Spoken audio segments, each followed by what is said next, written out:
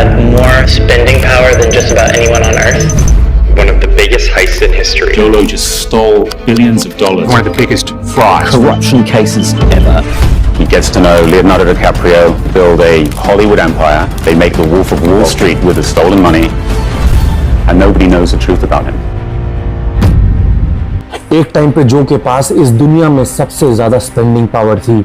उसने Hollywood star से मिला, बड़ी बड़ी मूवीज बनाई उनके साथ। Investigators have called it one of the biggest corruption cases ever. History की सबसे बड़ी हाइस्ट को अंजाम दिया और बना दुनिया का सबसे बड़ा वांटेड आदमी। $4.5 बिलियन, 39,000 करोड़ इंडियन रुपीज चुराए उसने जब वो 26, 27 या 28 साल का था। इतना लिक्विड कैश शायद ही किसी के पास होगा दुनिया। उसकी रेपुटेशन बन गई थी कसिनो में जाके लाखों करोड़ों रुपए उड़ाना, सबसे बड़ी पार्टी वर्ल्ड की थ्रो करना। जो आपने अंबानी की पार्टी देखी थी, शायद उससे भी बड़ी पार्टीज। उसने प्राइवेट जेट खरीदे, यॉट्स खरीदी, कैसेल्स खरीदे, मूवी बनाई लियोनार्डो डिकैप्रियो के साथ। पर दोस्तों, कैसे ये मुमकिन है? मलेशिया के छोटे से आइलैंड से निकला हुआ लड़का हॉलीवुड स्टार से मिलता है, उनसे दोस्ती करता है, सुपर मॉडल्स को डेट करता है और दुनिया की सबसे बड़े फाइनेंशियल फ्रॉड को अंजाम देता है।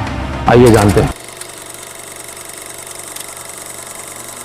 दोस्तों, जोलो का जन्म हुआ मलेशिया के एक छोटे से आइलैंड पनांग में। 1998 में उसकी फैमिली ने उसको पढ़ने भेज दिया इंग्लैंड हैरो यूनिवर्सिटी में। और ये वो जगह थी जहां पे उसने फ्यूचर के कनेक्शंस बनाए, जहां पे बिलियनियर्स के बच्चे, जहां पे ऑयल मैग्नेट्स के बच्चे और जहां पे रॉयल फैमिलीज के बच्चे पढ़ने आते थे। जो दोस्त उसने इंग्लैंड में बनाए, उन दोस्तों को इंप्रेस करने के लिए उसने सबको मलेशिया इनवाइट किया। उसने अपने फैमिली फ्रेंड से एक यॉट बोरो करी, 160 फीट लंबी यॉट। उसने उन सबको बताया कि ये उसकी अपनी यॉट है। उस यॉट के अंदर जितनी भी पिक्चर्स थी, उस सारी पिक्चर्स को हटा दिया और अपनी फैमिली की पिक्चर्स लगा दी, ताकि सबको विश्वास हो जाए कि ये यॉट उसकी अपनी है। दोस्तों, ये जो रिलेशनशिप उसका डेवलप हो रहा था अमीर घर के बच्चों के साथ, इसी रिलेशनशिप ने पॉसिबल किया दुनिया की सबसे बड़ी हाइस्ट को अंजाम देने। सबसे बड़ी खूबी जो उसमें थी वो थी नेटवर्किंग की पावर, जो वो सबसे बेहतर करता था।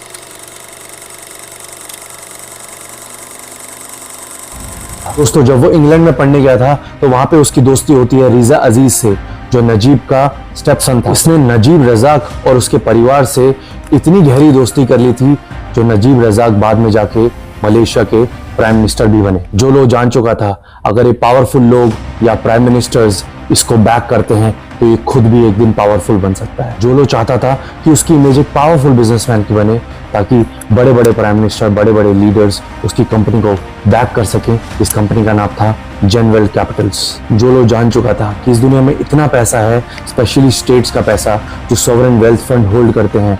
जोलो ने नजीब को परसुएड किया, उसको मनाया कि हमें मलेशिया के लिए भी ऐसा ही एक फंड बनाना चाहिए, जिस फंड का नाम पड़ा 1MDB। इस फंड का इस्तेमाल नजीब के पॉलिटिकल एम्बिशंस को पूरा करने के लिए किया गया।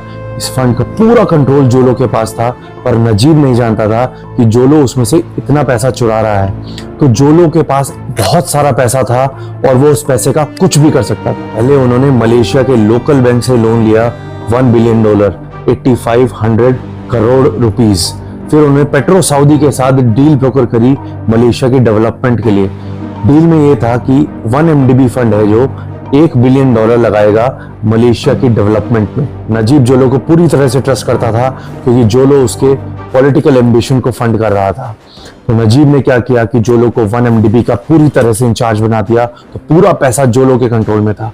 तो जोलो ने $300 मिलियन पेट्रो सऊदी को भेजे और $700 मिलियन एक कंपनी को भेजे जिसका नाम था गुड स्टार लिमिटेड।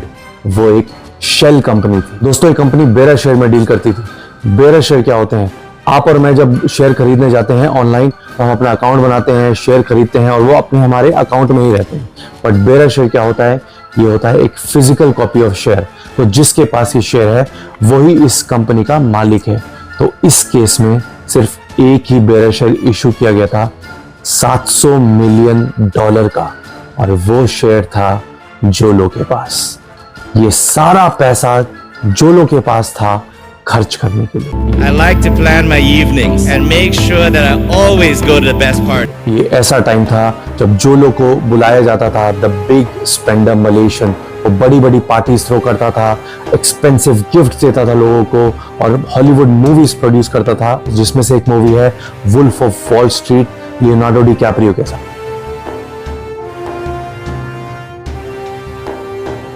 एक टाइम पे जो लोग को 2 बार न्यू ईयर सेलिब्रेट करना था, तो वो क्या करता है, प्राइवेट जेट लेता है, ऑस्ट्रेलिया जाता है अपने दोस्तों के साथ, वहां पे न्यू ईयर सेलिब्रेट करता है और वहां सेलिब्रेशन खत्म करने के बाद ये लोग यूएस आते हैं, लास वेगस, दूसरी बारी सेम डे पे न्यू ईयर सेलिब्रेट करने। पर जो लोग को पता था कि उसको कभी ना कभी ये पैसे 1 MDB को लौटाने पड़ेंगे, तो उसने प्लान किया अपना दूसरा सबसे बड़ा स्कैम।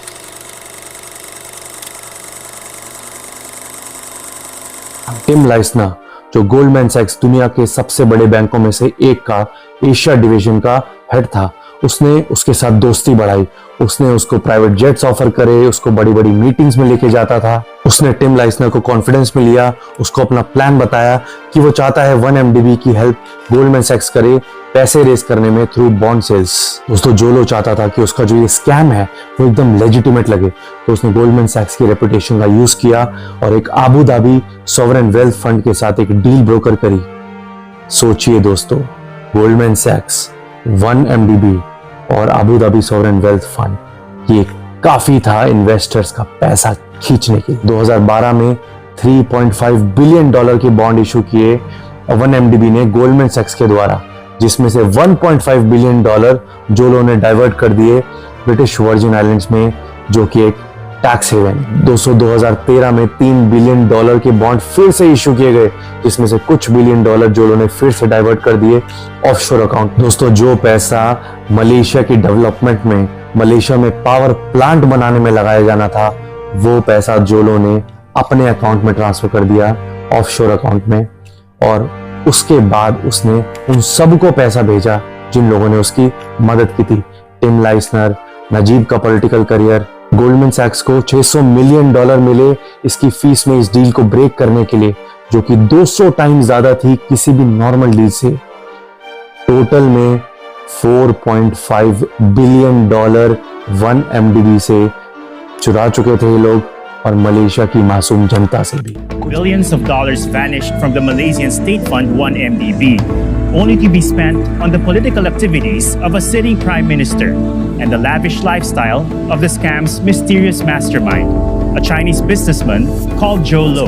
कुछ ही समय में मलेशिया के लोग सवाल उठाने लगे कि डेवलपमेंट कहाँ है, पैसा कहाँ गया, और 2015 में एक विसल ब्लोअर ने ईमेल्स लीक किए जिसने इस स्कैम को वर्ल्ड मैप में लाके खड़ा कर दिया। मलेशिया के लोग सड़कों पे आ गए, प्रोटेस्ट करना शुरू कर दिया, नजीब का रेजिग्नेशन मांगा, बट नजीब ने रिजाइन नहीं किया।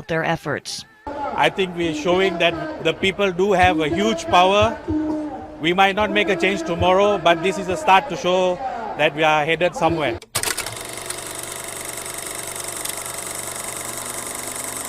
फिर आया साल 2018, मलेशिया में इलेक्शन आए।